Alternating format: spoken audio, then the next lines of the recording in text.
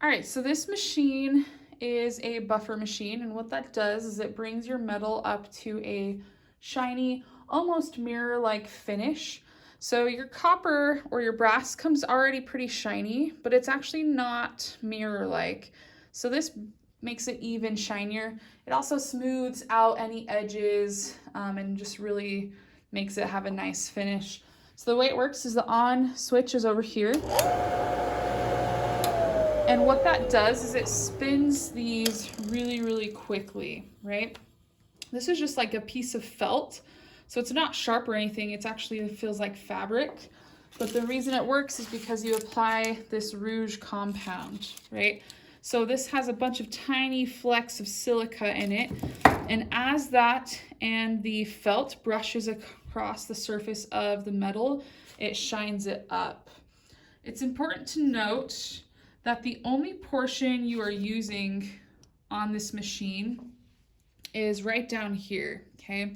So there's a few safety things. Similar to the Dremel, you want to make sure your hair is not hanging down. Anything that could get caught, so any necklaces, lanyards, anything like that need to be taken off. I also don't like to use any rings or jewelry while I'm using this because I don't want anything getting caught on this. There are also some safety glasses provided, and I'll put some disinfectant back here. Sometimes this can grab your project and fling it. So you just want to wear those safety glasses in case something gets caught and shoots out, okay? So I'm going to turn this on really quick, and I'm going to try not to talk over the sound, so I'll explain it and then show you. But I'm going to turn it on and apply some of the rouge.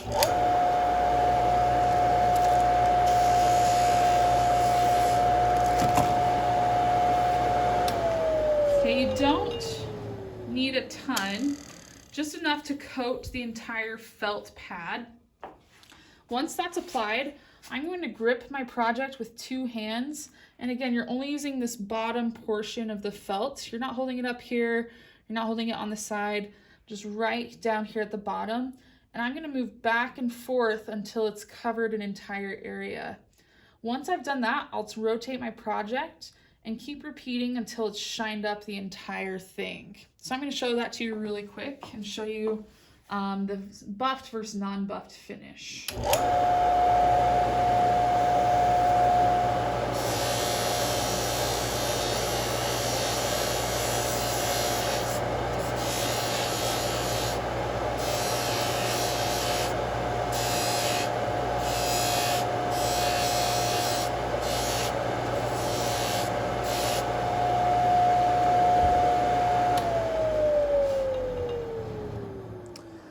All right, so I've shined the top portion of my metal, and it's kind of hard to see, but it's much shinier than what your metal comes as. So again, you just saw me kind of pass it back and forth. I kind of tipped it up so it smooths the edge of that really good. You're not going to be able to get the edge of this, but you can still hold it up under there and buff it. It does get pretty hot, so you might have to buff for a little bit, give it a break. The metal heats up pretty quick with that friction of the rouge. So it might take a couple breaks in between to let it cool down. I'm going to finish buffing this one side, and I'll also do the same on the other side. If you're doing a ring, you'll want to buff it while it's flat. It's a little bit easier, but you can buff it once it's been shaped. You want to make sure all your holes have been punched. Essentially, this is the last step for finishing your piece, is making it have that shine. All right, so I have finished buffing one side. So here's my buffed side. It's really shiny.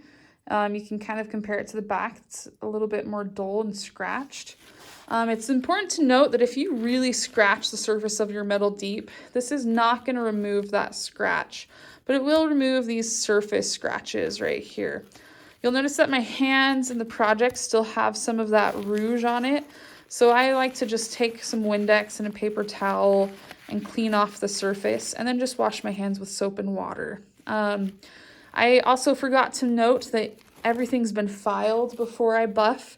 This does not take the place of filing. So you'll want to make sure that, again, the buffing is the very, very last step of your project.